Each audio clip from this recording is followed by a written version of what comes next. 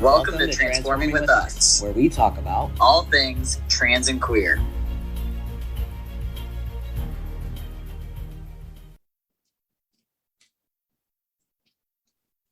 Hello, everybody. Welcome back to Transforming with Us, where we talk about all things trans, queer, non-binary, and LGBTQ. How are you today, Drew?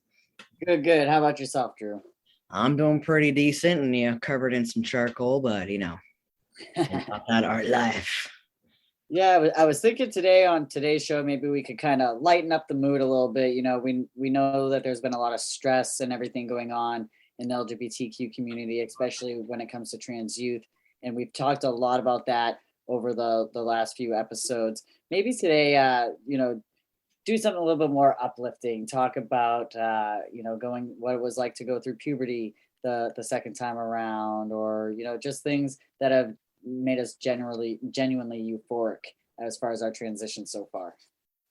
Yeah, I think it's actually brilliant. I was talking to a group of high schoolers on Thursday about what it's like, going through some troubled parents, but like things to get through in the light in the day and trying to deal with that and transitioning and stuff. And they loved it. They absolutely did. It was really nice to see some young trans kids really get to understand what it is like. And I think it was important for them to know that they are definitely not alone, that some people do transition as adults because, they either didn't have the language or the help or the support, whatever. So, and here you and I are ones that transitioned as adults. So I would love to ask you, Andrew, if you don't mind telling me, how was it for you transitioning personally as adult? Did you ever suffer sometimes of saying like, God, I wish I was younger, or are you actually okay with what happened?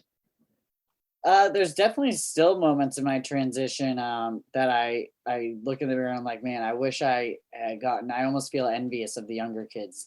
Like, dang, I wish I could have just done this from the get go and not gone through some of the things I went through due to lack of knowledge and terminology and things like that, being able to express myself.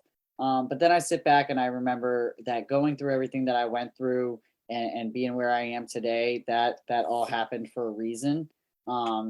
Maybe something could have gone wrong in my transition if I had done it younger. Maybe it all happened like that on purpose. But I wish that I had known these things growing up, so I didn't feel so alone. I could have been on blockers and stopped my original puberty, and just been myself and much happier earlier on in life. But I definitely feel grateful, very grateful that at least I was still at a young enough age to say, you know what, this is who I am. This is what I want to do. And, now being an adult too, I know how to look up my own resources if I need to, or find things if I need to. I actually think I can relate to that a lot, especially when you said you're looking back on people and like, I know I wanted to do this originally, over 10 years ago, and, stuff happens. You have bad people that don't support you correctly. And I don't think, honestly, now that I look back on my perspective, think I was ready for something like that.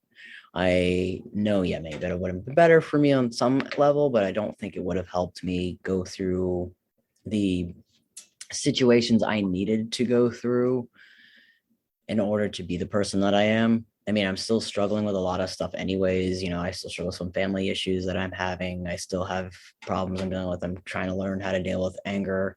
And it's weird because I'm not an angry person, but because I'm not an angry person, I bottle anger and then I go boom. So I'm still dealing with that. But when I was 19, I was like a switch. I was a bomb. I was a walking bomb all the time. So 19 years old, going through puberty as a bomb without having any type of emotional control. And I don't even have some now sometimes, depending on the situation, but not having any, that would have not been good for me at all. I would have gotten way too much trouble way too quick. Yeah. Hearing you say that, it's like, yeah, when I was younger, before coming out and transitioning and stuff, like I would be like a light switch. It would be 1 second I'm one mood, next second I'm in the next. Definitely think that part of my success in my transition so far was being able to mentally get myself a little bit more in line and prepared, because you do, like, when you start testosterone, your mood switch, and you have to kind of readjust yourself. You're not changing yourself as a person, you're still that same person, but the way you handle emotions changes because you don't have the estrogen anymore, and you're predominantly with testosterone. Mhm. So I know for me personally, that was kind of a struggle over the first year, was being able to say, okay, you know what, this is obviously something that agitates me a little bit more than it used to, or this is something that doesn't agitate me as much as it used to, and kind of readjusting how I handled situations. Yeah, I understand that, especially and even when I'm being autistic too, sometimes I read things differently and I need to take a step back. And my way of always protecting people I care about, which I know Andrew knows has learned this recently too, is like, hey, I just can't talk about this right now. I need a break. And the reason is because I care about a person. I feel myself not understanding the situation and I get frustrated and I'm like, oh, I don't want to do that. I like this person. We're just going to take a step back. And I've done that a couple times. I've done it in work before. And, first time I did it in work, it didn't go so well. But now people understand, like, hey, if I said, hey, I need to take a step back, that's because I don't want to have my emotions involved. To me, I think it's smarter for me to do that, especially considering with what I am dealing with even right now. I've decided, my wife and I decided, best thing I could do is probably take up boxing. I need to learn how to actually be angry and feel the emotion rather than keep bottling it down. So Yep. I'm going to be learning boxing soon, everybody. Yay. On top of the running I do. No, no, and that makes sense. I used to foster a kid that had ODD. And for anybody who doesn't know what that stands for, it's oppositional defiance disorder. I think it's oppositional. I think that's the O. It's right. You Google it, but and one of the things with him was, where can I channel that inner anger? Because he's got to let it out somehow. Yeah. And it's not good to hold that kind of stuff in. I've been there. I still have my moments where I hold things in, and that's when I have to say to myself, nope. Like whether I journal or use the punching bag. But I did something similar. I got him involved in Taekwondo, and sometimes you just have to have that outlet, because it's not healthy to bottle that stuff up. I have a bad habit at that too.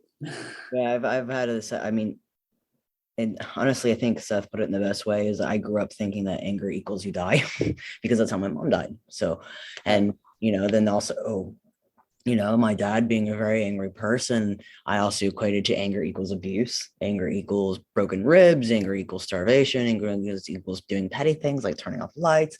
So I had to I'm still struggling with that. And here I'm like in my 30s and I'm still struggling with that. So it's like, I Yeah. can't imagine me being 19 and going through my transition that upset because I still struggle with it as an adult. So Right. I can't imagine being 19 years old going on hormones. And I was an angry little shit at 19. And I had problems. I had a lot of problems trying to deal with everything. So I was just like trying to find new coping skills. And I really do think that it is about learning about coping skills and learning all sorts of things. Like a thing that Andrew and I have been learning is that we get ingrown hair. There's like hair's like crazy now in our heads when we go get haircuts, or there's like a new hair somewhere that's developing out of nowhere. There's things like that. So it's kind of fascinating going through puberty, I guess, as an adult. I will say, I keep on looking at my chest every time I get out of the shower. Like, I wonder when I'm gonna get a little bit of peach fuzz. I have like three long hairs, like right in the center of my chest, and they've been there forever. Just three little, and I have one long one on each shoulder, just one hair. Like, it's weird. It's really weird. But it's like, okay, like I wouldn't mind a little bit of chest fuzz. I wouldn't mind yeah. that. I don't want like a Wolverine chest, but it's like, when are you gonna start to pop through? Like, you're the last little bit that I've got to look forward to. Whether I shave you or I don't, like, come on. And Yeah, I understand. I found my first chest hair, by the way. yeah, nice. Heck Yeah, I yeah. did. It's right near my scar, which is interesting.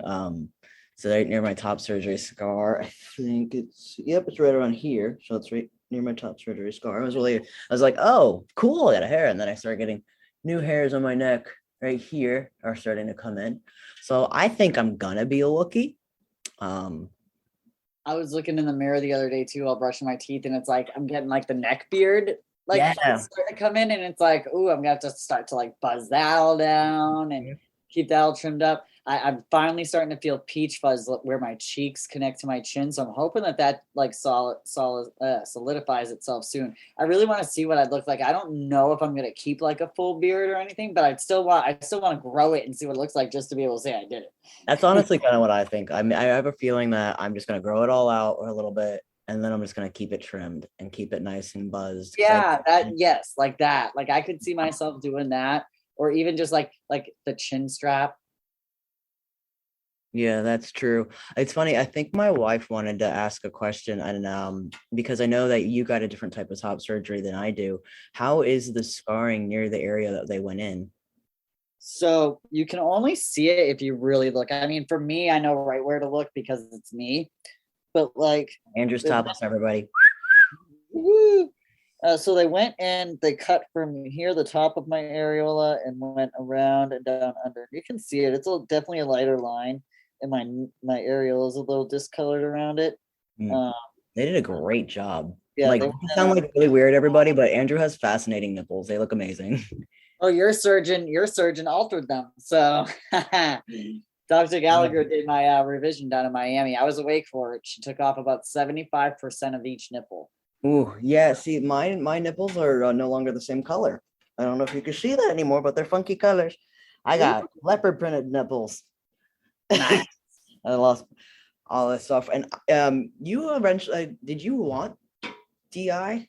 I Did, wanted DI, and then it was the day of surgery because the surgeon was worried about it to begin with because I was fortunate enough to not have a large chest.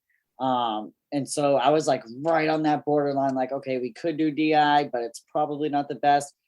So we had set it all up for double incision. I had all the stuff post op that I needed for double incision. And then when he came in and started to draw on me, he was like, listen, you're just so small, and the way your skin's gonna shrink because it's gonna elasticize. Where they would have had to take off my original nipple to do the graft and move it, mhm. um, it would have left like a half moon shape in the middle of my scar. So it Oh would be like a yeah. straight line and then like a half moon and then a straight line, and that would be on both sides, and then the nipple graft up a little bit higher. And he was like, your nipples already placed in a very masculine spot. I was, I barely had a chest to begin with. So he was like, I really think that we should do keyhole. We're gonna do the liposuction with it. We'll contour everything up. I promise you'll like your results. And that just goes to show you that you have to be able to trust your surgeon because Yeah. he did a great job. I couldn't be happier. I knew that I was going to need a nipple revision because when you do keyhole, they can't touch the nipples because of all the other stuff they're doing in that area. And so I Mhm. called up Dr. Gallagher, set up a consultation, and then 3 months post-op is when I was allowed to get the revision done. If for people who don't know that both Andrew and I have actually gone to Dr. Gallagher, I got the full double incision surgery, which I am nervous. I don't think I'm nervous to go topless in public. Also because my skin does not scar well, and my skin scars pretty gnarly. And I try to do a lot of skincare because I have to. If anybody doesn't know, the best way to take care of your chest is go look at some breast cancer survivors. They have gotten double incision. They have some really good things. I have to do a lot of stretching because I almost lost range of motion because anybody who gets DI can lose that range of motion. So you have to constantly stretch and constantly put lotion and constantly do this. And I'm just like waiting for the red scars and starring to fade. And I know that I'm probably gonna start working on covering up the chest area soon because I already have some tattoos I don't like on my chest. So I'm just gonna get tattoos anyways.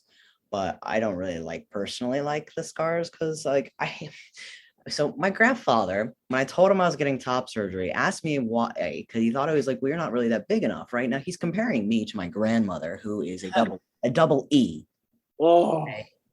So anybody in my family has a small chest compared to my 4'10" grandmother who looks like she should be falling over tit side down.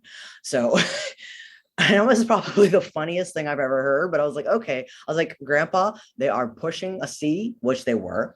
And I always wore a lot of sports bras, so nobody ever really knew my chest size. So when I went to go take the photos and do all that, so Dr. Gallagher is like, I hope you didn't want keyhole. You got too big. You're too big. You just no, you're too big. And I was like, I understand that. That's fine. She's like, I just want to make sure that you're not, because she's like, you're kind of small chested, but not that small chested. And I have a lot of skin tissue because I actually used to have bigger breasts when I was younger. When I got out of boot camp, I was like a 34 double D at one point, and I was like, okay, um, yeah, I know, Andrew, I know. Trust me, I had cleavage. It was weird. I felt very uncomfortable. it was extremely uncomfortable, but well, I mean, the thing I know a lot of trans men who even are smaller, some of them do choose to have DI because they just want the scar, and I guess that's fine. And then of course there's trans men like me who just really don't want 100% all that scarring. Like I don't mind that I have the scar. I just also don't want to be stared at a lot because I that also comes down to my autism. I don't like being stared at. So for there's a me, reason I do a I podcast. wanted I wanted the scar because it was gonna help, like, for me, I would have embraced it as part of my journey, but at the same time, like, I didn't want it. It was so hard, and then but once I saw my chest for the first time, I was like, "No, like, this is great." Like, I love the results and stuff, and I still I brag about my little scars around my nipples. I'm like, "Yeah, see, I had top surgery. See, they're there. There's scars there. You can see where my drains were." Honestly, if anybody hasn't seen Andrew topless, he has some pretty awesome muscles. Don't let him fool you. He's pretty built. You're pretty built. I don't do anything for it, man. I just work. Yes, but you work well, so that's what matters. I'm sitting over here like running, going to the gym. I'm like, must get built. You're sitting there going, oh. Yeah, and it's crazy because the place I work is a place that I came out at. I worked there for so many years pre-T and everything before I even came out of the closet. And so it's really nice to know that you have a workplace that, accepts you, has been there for you since day one. Actually, one of my managers is who dropped me off for top surgery. So, it definitely helps to have a job that supports you in the long run as well.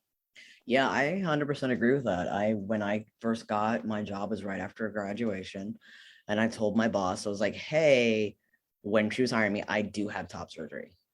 And her first reaction was, "That's fine." I was like, okay. And then like, of course, like more I learned about her, I was like, oh, she's married to a trans man. I was like, awesome. Like, it makes it even better. And she refused to let me work. I wanted to go back to work a few days afterwards, but she's like, no, even though we work remotely, she's like, no, just take a week, at least a week off, at least, because I'm stubborn. I did go back after what is a week and a day. I went back after work, I but I was waited. just sitting down. I wasn't moving. It's what I do anyways. I sit down. I don't move when I work. I have my watch yells at me to be active, and I go do jumping jacks randomly. So it's like, Yeah, that's why I went back to work after a week because when I am working over at the dealership, which is where I was primarily at when I had surgery done, uh, I work for internet sales. So I'm sitting at a desk. yeah, Okay, don't ask me to help carry the cases of water or something like, but I can sit here and type at my desk and still make money to pay my bills. Like yes, I can't. 100%. I know for when I had my hysterectomy, that was probably the worst post-op depression that I've ever experienced. Yeah, And you said that like you had complications, right? With the air bubble they had to put in there or something. well, yeah, because I'm so small, and for those of you who have never seen me, I'm 5'3". I'm very tiny. I weigh 100 pounds, so I'm fun size. But so the way my organs were is they were kind of like all sitting on top of each other because I have such a small frame. So they had to pump me with more gas than what they would normally have to pump a patient with, and kind of move things around more than they would have to get things out. And so Oof. I ended up getting bruises that went from like my hip areas all the way to my lower back. And Mm. just the hysterectomy recovery, especially when you have a total one, so they're doing everything at once. It's just a rough recovery. It was about 4 weeks out of work, and I was single at this point in time, so I was home all by myself, just me and the pets. And like, yeah, the pets can cheer you up, but when you're shut out from the world for a month and you're Yeah. like a DoorDash and Uber Eats to bring you something special, if you don't feel like getting up to make something, the depression was really bad from that. That I think that's another reason why I was just in such a rush to get back to work. Is like, no, I need to be around people. Being out of work for a month made me go mentally crazy. I mean, I can understand. I think the rest of the world actually can understand because of COVID. It kind of was hard for a lot of us, and Right. some people thrived. I'm not gonna lie. Kind of my wife and I kind of thrived a little bit in the beginning of COVID because we were traveling, but even now, the apartment that we're in, it's like not the best lighting. It's kind of feels like a dungeon. So like we're moving to a place that has better lighting. That was our number one thing. And we went through like four, five, six. I can't remember. Either 4, 5, or 6 different apartment tours. I think it was a lot. And it was like the last one we saw, and it just got on the market that morning, and we booked it that day. We were like, that's it, that's ours.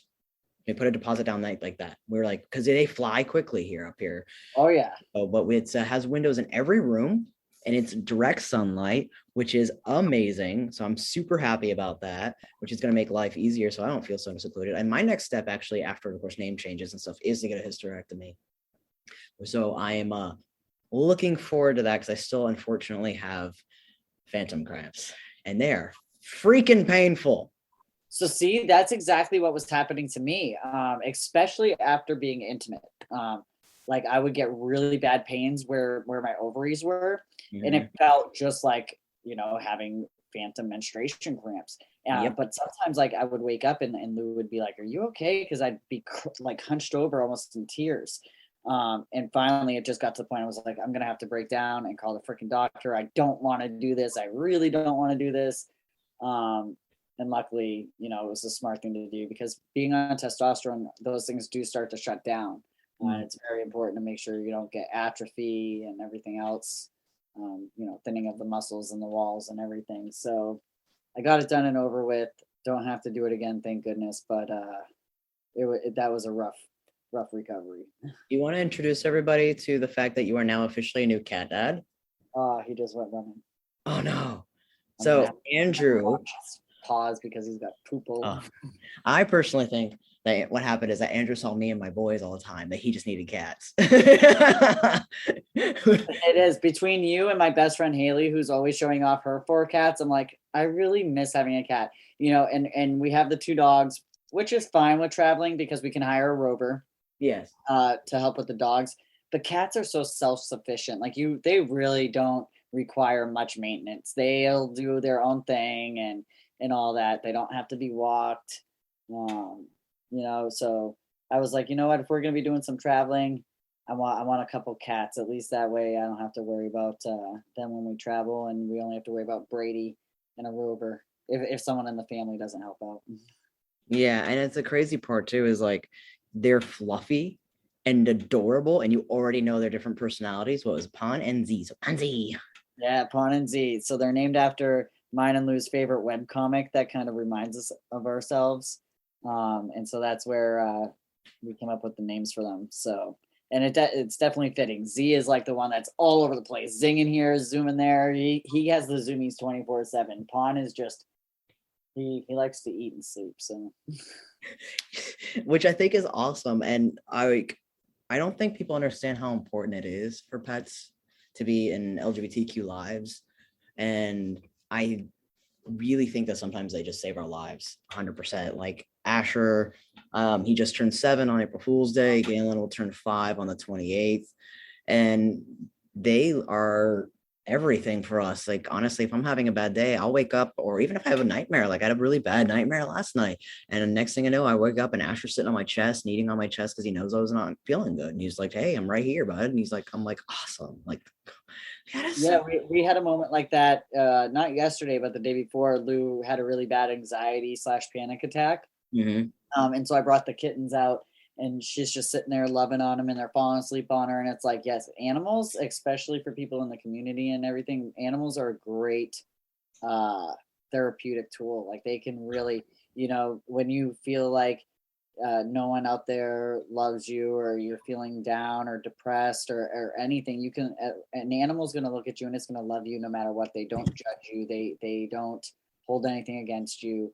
And that's my favorite. That I think that's why I love animals so much. Is for me personally, it's like, yes, just let me love you and love me back, and it's unconditional. And Yeah, it's like a little safety net, especially since, when it comes to transitioning, our social lives completely change. How has your social life changed since you started transitioning? oh man, I think I stay in way more than I did like pre-transition. I used to go out and be a wild thing and whatnot. So I don't know. I don't know if transitioning has like made me more of an introvert, or I wouldn't say that because I talk to people online, but um, I like having my space. Like now that I'm comfortable me, like now I'm like, okay, you know what? I'm gonna do the thing. I'm gonna go to work. I'm gonna come home. I'll make dinner and do the dishes and do the household stuff, and then kind of just relax. I don't go out and do much like I used to.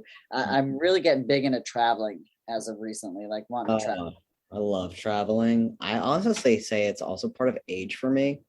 I think what happened is, as I got older, I wanted to transition. It's more like I got comfortable with being myself more, and I didn't have to fill up all of my spaces with people and time, and Right. so I didn't have to think. And I think I kind of like, that's what you're saying, is like you were constantly going out. Like I did that. I was constantly doing something, but I also, because it stopped me from thinking, and it Right. stopped having to reflect. And that's actually what I think screwed me up a little bit with COVID, is that I had to self-reflect because I wasn't doing a lot. I was like, oh, my self-reflecting and in chaos means that I have to deal with this. And that's okay, I can't do this anymore. I need to be happy. I need to be true to myself. And that kind of like, that's what happened. It's like, just boom, next thing you know. But I will say that in my social circle is pretty much the same-ish.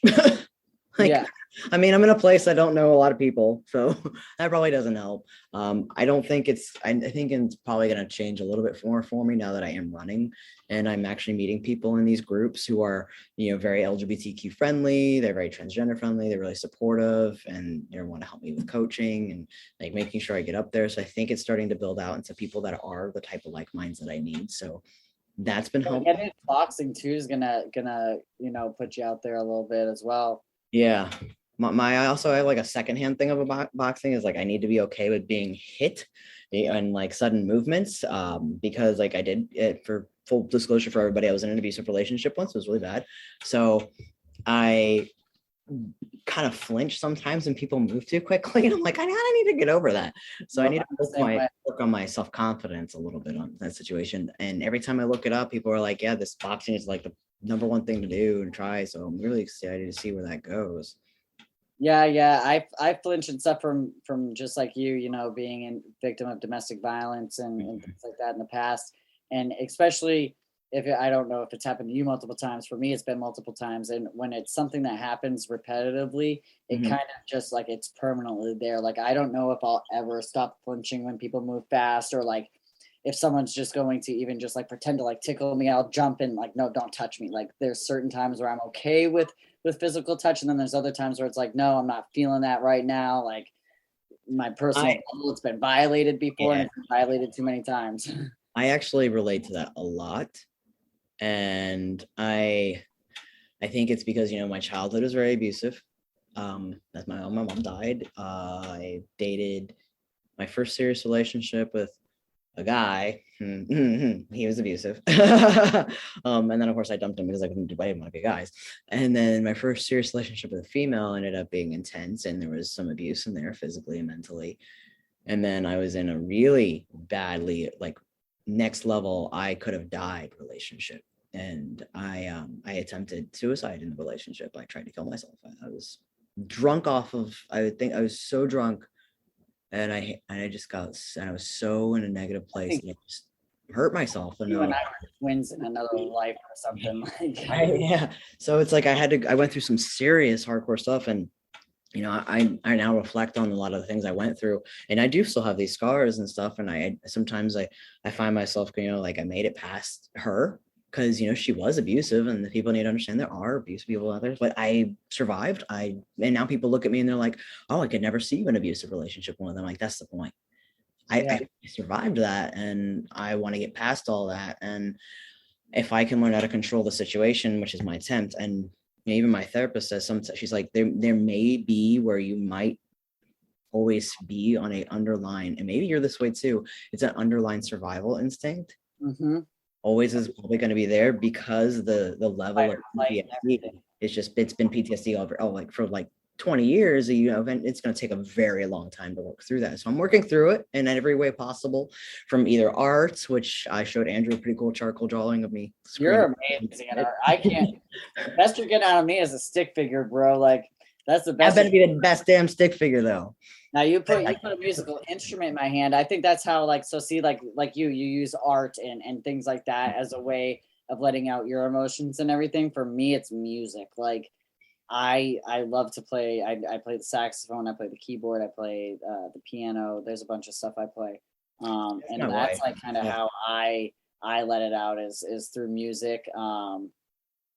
Or I'll indulge in a video game. But lately it's just like I'm saving up right now to get another saxophone. Nice. I want to be the trans guy with the sax on TikTok. I would love to see you play. I'm not gonna lie, that's awesome. The only instrument I was ever able to play as a kid, we tried learning guitar, but my fingers would never callus. I actually was the poor kid that was still bleeding on their guitar after 2 years. I'm not even kidding. So I just nope. So they got me a violin. and I actually did pretty well with that for a while. I can't remember how to play some of the things. I'm like, I want to relearn, and so I have my violin. I do like the banjo. I know it sounds super ridiculous, but I love the banjo, and I'd love to learn how to play that. If my But then favorite is long enough for the violin. I have Lindsay Sterling. Love her. they have smaller violins now, right? They make small ones for your frame that would fit your frame. I love Lindsay Sterling. I saw her in concert. What? I am Yep. so jealous. Seth So got jealous. me got me a birthday present, and it was Lindsay Sterling and ready, her favorite band. Huh? Evanescence, Lindsay Sterling's favorite band. Oh wow. Yep. I've never seen Evanescence, but man, I would do anything. So it was intense. Watching Amy Lee sing was mind blowing. It was like, if I'm having a bad day, like I'll throw on Lindsay Sterling on shuffle, repeat, and just jam out. Like I love her music. I love it. Someone that takes a violin and then just, and it's such a mix up too. She'll do dubstep or things with country artists and just so much different music. It's like, yes. No, I absolutely love her. But then also like my wife, right? She sits there and listens to something, and I watched her. There was the song, and it sticks in my head. This was a very intense memory for me. But she was listening to the Ophelia song, right? And then I watched her playing around with the keys, and then she listened to it, played around with the keys. And by the third time she listened to that damn song, she's playing the whole song on the piano. And I'm like, see, that's how I am. Not with the piano. I'm worse with the piano than I am the saxophone, but I can listen. So like I started off by playing flute. God, I can't do any wind instruments. My lungs, nope. I think the only thing I can play are like old school stuff. I started off by do anything that requires too much. In fourth grade, because my mom was like, "Oh, you want to do band?" I'm like, "Yeah, I'll do band, sure." And started playing the flute. And then I got to junior high. They were like, "Well, we need a saxophone player. Does anybody want to volunteer?" And I was like, "Oh, I'll do it." Locked myself in a room for a day, learned how to play it, went back to band the following week, made first chair, and I was in marching band, jazz band, concert band, you name it. I did all that stuff in high school, and then never really did anything with it after. I was the ROTC kid in high school. I was doing ROTC. I was also doing photography and getting in arguments with my photography teacher because I was better than her. My dad even said that. My grandfather's like, it's just because your teacher is actually not that good. I was like, don't tell my teacher that. But I mean, and then I was in a cooking like business entrepreneurial thing that I did in high school. It was really cool because the business plan and model that I made for my school is still used to this day. Which is super cool. So yeah, they have a little like smoothie cafe, and I designed the whole thing, and everything was really neat with like my group. It was like 3 of us, and like we played around with recipes and like pricing and costs and stuff. So I'm pretty good at that stuff, but I like these ones behind me. I know anybody else can't see, but these are oils. So I'd like doing painting in oils. I like acrylics. I cannot do watercolors. They drive me nuts. Charcoal is one of my favorite mediums that I'm getting back into. I used to do as a kid. I like sculpting, like hand stuff. I like things that are going to just involve my hands. Like I actually painted most of that with my fingers. Same thing with a lot of that's a nice outlet though, like to use your hands and stuff. That's what I'm gonna have to find something to do with my hands and everything, because I'm gonna quit smoking. I set my date for April 26th because awesome. Proud of you. Yeah, it's gonna be tough. My second heart surgery ever that I've had. When I had that back in 2019, I was successfully able to quit for like 6 months by switching to vape. And I don't promote vape for any of the younger kids out there, but if you're an adult that's looking to try and wean yourself off nicotine, vaping is a really nice way of doing it because you're not putting the tar and all the other chemicals into your body.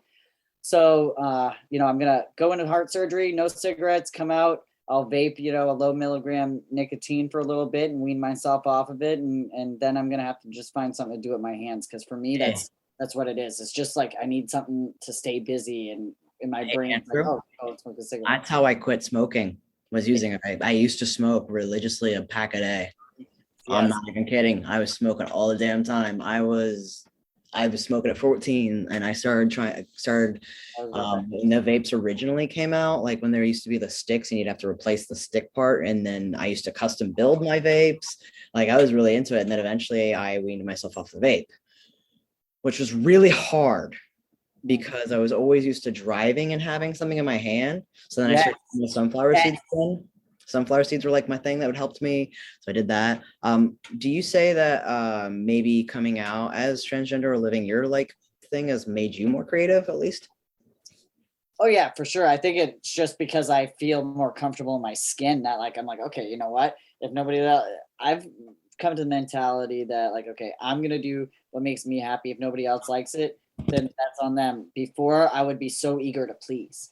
Like I would just looking for acceptance and looking for attention and stuff, and so inconfident and unhappy that I just like was constantly lashing out, whether it be in forms of wanting attention or just hey, hello, I'm here, pay attention to me. Now it's like, oh, I don't, okay, you know what, I don't need you, you're negative, see you later, I don't need to have that in my life. Or I'm gonna do me and what makes me happy. I definitely feel like that boosts my confidence all around to make me more comfortable in playing music or writing, like writing the blogs that I've written on the site.